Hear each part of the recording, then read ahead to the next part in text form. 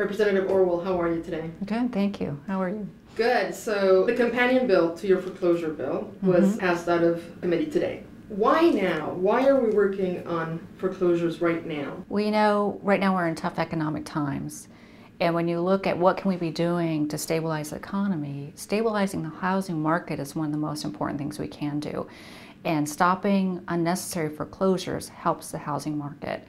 And so what we found in Washington State is we've had an 83% increase in the number of foreclosures since last February.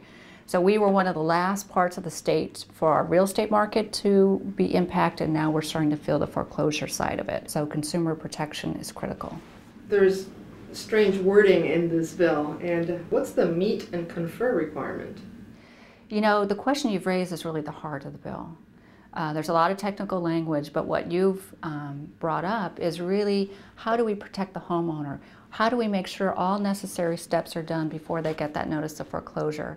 And so what will happen is that the banks or servicers will call the owner to make sure that they know what steps they can take. And if they can't reach them by phone, they'll actually send a certified letter, and it'll instruct them these are the options they have. It could be refinancing or reconfiguring a loan, but a series of steps. So we want to make sure that people know what their options are before they get that foreclosure notice, and that's what that will do.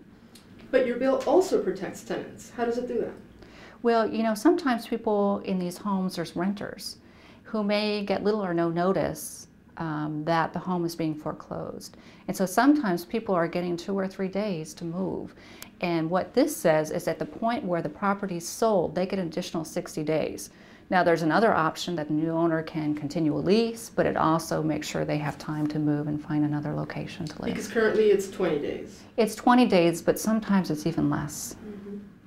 And my last question for you has to do with claims. Under current law, once the foreclosure process takes place, a person can't raise a claim in court, but this bill changes that.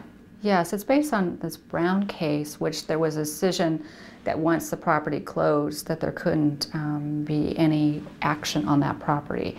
And this bill doesn't change that part, but what it does allow is if there are damages that they can go back and reclaim those. Now, it won't affect the property, which we want it to be able to go on and be sold, but if there are legitimate damages, the previous owner can go back to court now.